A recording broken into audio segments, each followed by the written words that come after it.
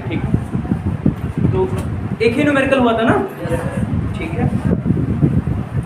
कुमार मित्तल का जो दूसरा न्यूमेरिकल है ठीक पहले की तरह है, तो उसको कर ले जाएंगे ना, उसको कर ले जाएंगे ना, एग्जैक्टली उसी वे पे आपको सॉल्व करना है जैसे पहला न्यूमेरिकल आपने सॉल्व किया था। अब इसके बाद देखो तीसरा नंबर का क्वेश्चन बोलो। तीसरे नंबर में हमसे कह रहा है कि 25 माइक्रोफैरड धारिता के संधारित्र की प्लेटों के बीच में 250 वोल्ट का विभवांतर लगाया गया, तो ये बताइए कि उसकी प्लेटों पर आवेश कितना है। तो सीधा सीधा हमसे क्या दिया है वो, इस प्रश्न में हमको दिया हुआ है धारिता दिया है, तो धारिता C बराबर 25 माइक्रोफैरड, ये धारिता दे दिया। और लाला कह रहा है कि प्लेटों के बीच का वोल्टेज यानी विभवांतर कैपिटल V बराबर 250 वोल्ट। तो सबसे पहले जो माइक्रो में है उसको किस में चेंज करना होगा, फैरेड में, माइक्रो फैरेड में ना भाई, तो माइक्रो को यहाँ से हटाना पड़ेगा। माइक्रो का मतलब होता है 10 टू द पावर -6, ये हो जाएगा 25 गुणे 10 के घात -6 फैरेड। गुड आउट, ये फैरेड में हो गया। अब वोल्टेज दिया गया, प्लेटों का आवेश बताना है, तो प्लेटों पर आवेश Q बराबर क्वेश्चन मार्क है ना, तो आसान है निकाल देना। कैसे बाबू, Q बराबर C × V से, यहाँ से चले, अब यहाँ से Q बराबर C का मान 25 गुणे 10 के घात -6, V का मान 250, ठीक। अब 25 का मल्टीप्लाई 250 में अगर हम करेंगे तो ये आ जाएगा 6250 आएगा, इंटू 10 टू द पावर -6। थोड़ा सा दशमलव बैलेंस करते हैं, इस जीरो के बाद दशमलव है पर हाइट है, अगर उस दशमलव को उठा करके 6 के करीब में ले आए तो 6.25 गुणे 10 के घात -6 और 1 2 3 संख्या आप अपने लेफ्ट साइड आए तो ये हो जाएगा प्लस, यानी Q बराबर 6.25 इंटू 10 टू द पावर बोला। आई बात समझ में? Yes sir. अब प्लेटों पर मैंने बताया था दो प्रकार का चार्ज पाया जाता है, पहले वाले प्लेट पर धनावेश, दूसरे वाले प्लेट पर ऋणावेश। तो याद रखना पहले वाले प्लेट पर 6.25 into 10 to the power -3 positive के साथ, और माइनस वाले चार्ज पे जो दूसरा वाला प्लेट होगा उसमें -6.25 into 10 to the power -3 coulomb का हो जाएगा। इसको प्लस माइनस करके लिख देंगे 6. हाँ, जब ऐसे लिखना होगा तो पहली प्लेट पर दूसरी प्लेट पे करके लिख देना। अब देखते हैं नेक्स्ट, देख लो एक साथ नोट करेंगे, ठीक है। प्रश्न संख्या 4, प्रश्न संख्या 4 देखो, कह रहा हमसे कि 100 पिकोफैरेड का संधारित्र है। कितने का संधारित्र है? 100 पिकोफैरेड। मतलब C बराबर 100 पिकोफैरेड। बाबू सबसे पहले यहाँ से क्या हटाएंगे? पिको। पिको के लिए हम लोग 100 गुणे 10 की घात -12 से मल्टीप्लाई करने पर पिको हट जाता है। आई बात समझ में? उसके बाद हमसे कह रहा है कि इसे 100 वोल्ट तक आवेशित किया गया, मतलब V बराबर 100 वोल्ट। क्या निकालने को कह रहा है भैया? कह रहा है कि संचित ऊर्जा, सॉरी आवेश, संचित आवेश मतलब Q। ठीक वही प्रश्न है, कैसे लगाएंगे? Q बराबर CV से। कर पाएंगे? Yes sir. ठीक है, इसको होल्ड कर रहे हैं। उसके बाद बाबू 5 नंबर का क्वेश्चन देखते हैं। ठीक, 5 नंबर के क्वेश्चन में हमसे कह रहा है,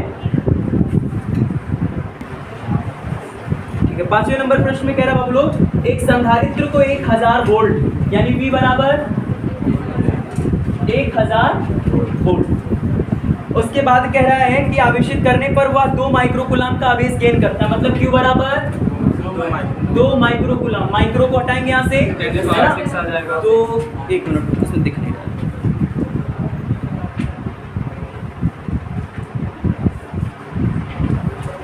तो अभी अगर हम माइक्रो को यहाँ से हटाएंगे तो माइक्रो के लिए क्या लिख सकते हैं?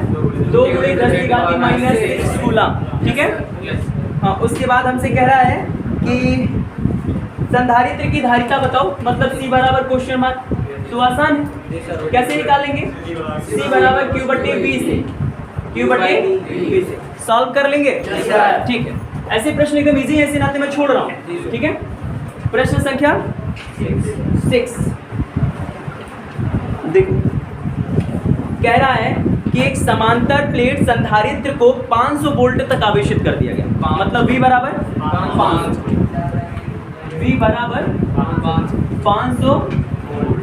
ठीक, अब कह रहा है कि अगर हम इसके प्लेटों के बीच की दूरी घटा करके आधी कर दें, प्लेटों के बीच की दूरी घटा करके कितनी करें, आधी करें, तब बताओ वोल्टेज कितना रह जाएगा। तो सबसे पहले दूरी घटाने से आपकी धारिता किस प्रकार प्रभावित होगी, ये एक रिलेशन समझ लें, तब जाकर के आप वोल्टेज निकाल पाएंगे। ठीक है, तो देखो ध्यान से समझना, मैं इसको साइड में समझाता हूँ। मान लिया स्टार्टिंग टाइम में प्लेटों के बीच की दूरी स्मॉल डी है, प्लेटों का क्षेत्रफल कैपिटल ए, ठीक है, और प्लेटों के बीच में कोई भी मीडियम मान सकते हैं, तो मान के चल रहे हैं कि कोई माध्यम है और उसका परावैद्युतांक कैपिटल के। इतनी बातें हम अपनी तरफ से मान के चल। अब देखो भाई ध्यान से, तो लाला उसकी धारिता कितनी होगी, C बराबर एप्सिलॉन नॉट K बटे कितनी होगी। Yes sir. अब कह रहा है प्लेटों के बीच की दूरी आधी कर दो, तो प्लेटों के बीच की दूरी आधी करने पर इस फॉर्मूले के हिसाब से हमको साफ साफ समझ में आ रहा है कि डिस्टेंस अगर घटाए या बढ़ाए तो धारिता घटेगी और बढ़ेगी, होगी। कह रहा है प्लेटों के बीच की दूरी आधी करने पर, चलो प्लेटों के बीच की दूरी अगर आधी करोगे तो धारिता चेंज हो जाएगी। इसको लिख रहे हैं C डैश बराबर एप्सिलॉन नॉट A।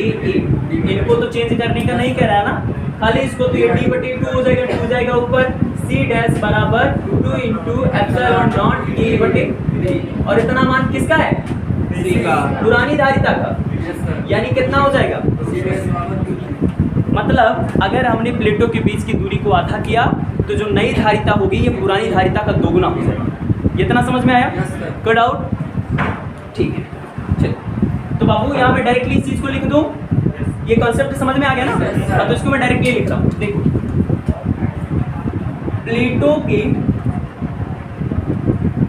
बीच की दूरी आधी करने पर नई धारिता पुरानी धारिता का कितना हो जाएगा, 2 गुना। तो जहां C पुरानी धारिता है और C डैश नई धारिता, समझ में आ गया। और एक बात अच्छे से जान जाना आप लोग कि प्लेटों के बीच की दूरी आधी करने से 2 ही लोग डिस्टर्ब होंगे, एक धारिता दूसरा वोल्टेज, चार्ज डिस्टर्ब नहीं होगा। चार्ज को डिस्टर्ब करने के लिए तुम्हें स्रोत से कुछ और करना पड़ेगा।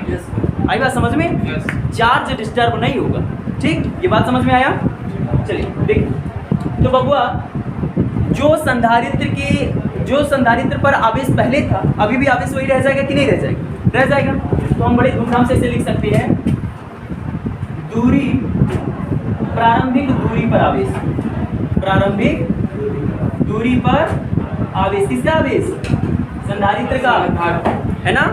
और दूरी आधी करने के बाद का आवेश, दूरी आधी करने पर आवेश, दोनों में कोई बदलाव होगा, कोई बदलाव नहीं होगा। मेरी बात समझे, क्योंकि दूरी आधी करने से केवल वोल्टेज डिस्टर्ब होगा और धारिता डिस्टर्ब, चार्ज नहीं।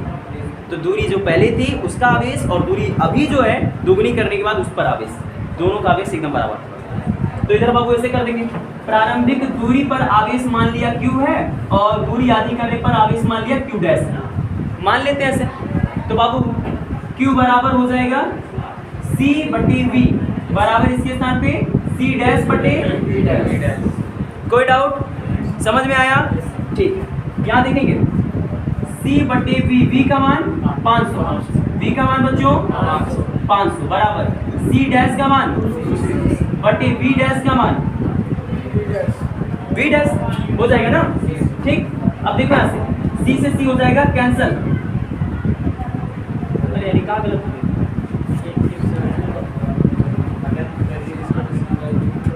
Q बराबर C भी होता ना, सॉरी हाँ, Q बराबर C भी, तो ये हो जाएगा C डैश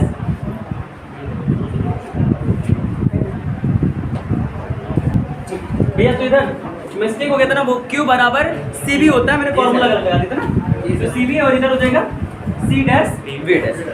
बाबू यहाँ C का मान C रहने दो और V का मान 500 बराबर C डैश का मान 2C into V dash find out करना है, यहाँ विभवांतर निकालना है ना। तो यहाँ से हो जाएगा बाबू V डैश बराबर C से C कैंसिल हो जाएगा और ये आ जाएगा 500 बटे 2, तो V dash is equal to 250 volt, यानी प्लेटों के बीच की दूरी आधी करने पर नया विभवांतर 250 वोल्ट। ठीक है, चलिए जल्दी से नोट कर लीजिए।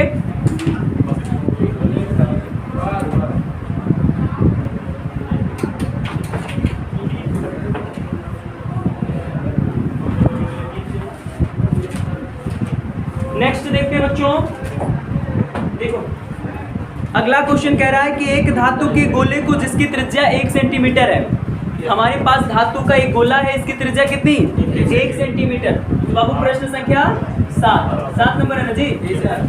r बराबर 1 सेंटीमीटर। बाबू यहाँ सेंटीमीटर को किस में कन्वर्ट कर लेंगे, मीटर में कन्वर्ट करेंगे ना। तो ये हो जाएगा r बराबर 1 गुणे सेंटीमीटर को मीटर में लाने के लिए डायरेक्ट 10 टू द पावर -2 से मल्टीप्लाई करते हैं बच्चों, तो ये डायरेक्ट हमारा मीटर में कन्वर्ट हो जाएगा। और कह रहा है कि इस पर बताइए कि 1 गुलाम आवेश देने पर कितना चार्ज देने पर, 1 गुलाम, मतलब Q बराबर 1 गुलाम का चार्ज देने पर कह रहा है भैया बताओ कि इसके पर कितना विभव आ जाएगा गोले पर। ठीक है, तो अगर हमको गोले पर विभव निकालना है तो हमें सबसे पहले इसका कंटेंट समझना पड़ेगा। मैंने आपको दूसरे चैप्टर में और इसी चैप्टर में विधारिता में भी मैंने ये बात पढ़ा रखा है कि अगर हमारे पास मतलब गोला रहे, चालक गोला रहे, तो उसको जब हम चार्ज देते हैं तो कैसा व्यवहार करता है, जैसे कि सारा चार्ज उसके केंद्र पर। तो यहाँ अगर इसकी त्रिज्या 1 सेंटीमीटर है, इसको हम चार्ज देंगे तो सारा चार्ज कहाँ जाएगा, केंद्र पर जाएगा ना। तो बाबू मान लीजिए सारा चार्ज कहाँ चला गया, सेंटर पर चला गया, केंद्र पर चला गया। तो इस परिस्थिति में इस पर जो विभव आएगा, विभव निकालने के लिए एक बिंदु आवेश का फॉर्मूला लगाना पड़ेगा ना, 4πε0 × Q/r। इसी फॉर्मूले की तरह तो ट्रीट करता है, डेरिवेशन में हमने देखा भी था इसको।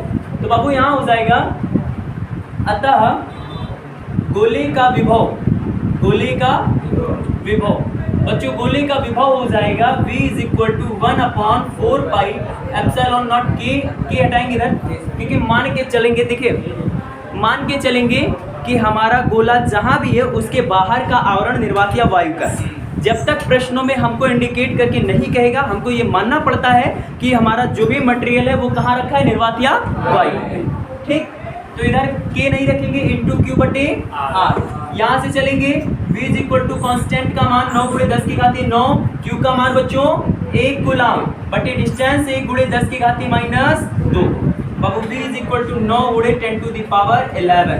मीटर वाला मान देते हैं बाबू मीटर वाला 1 मीटर r का, तो मीटर वाले ही तो रखे हैं, सेंटीमीटर वाला 1 × 10⁻2 मीटर हो गया ना। ठीक ठीक, समझ में आया। अगला क्वेश्चन देखिए, 8वें नंबर में हमसे कह रहा है बाबू कि 0.9 मीटर की त्रिज्या यानी r बराबर,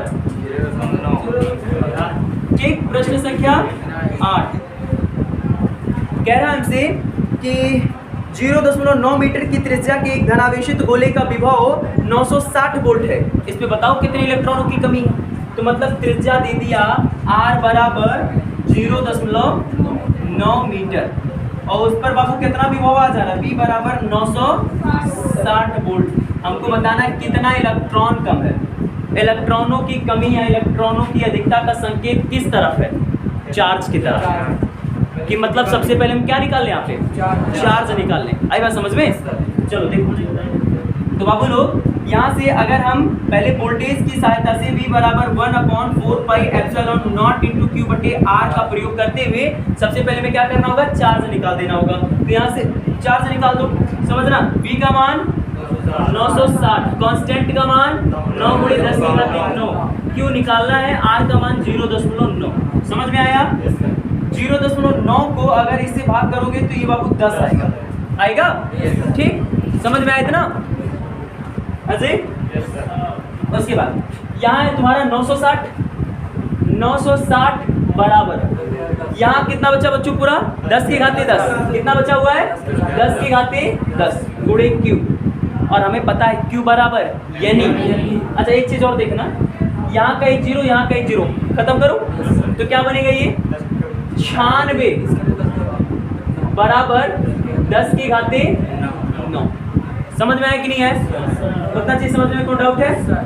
अब बाबू इतना ही बताओ मुझे, Q बराबर n ही ना, तो n ही तो निकालना था। तो यहाँ क्या करेंगे, Q बराबर n × E, और E क्या है, हाँ 96 बराबर 10⁻9 गुणे n गुणे 1.6 × 10 टू द पावर -19। उस कांस्टेंट का मान यही तो होता है, क्यों, है ना।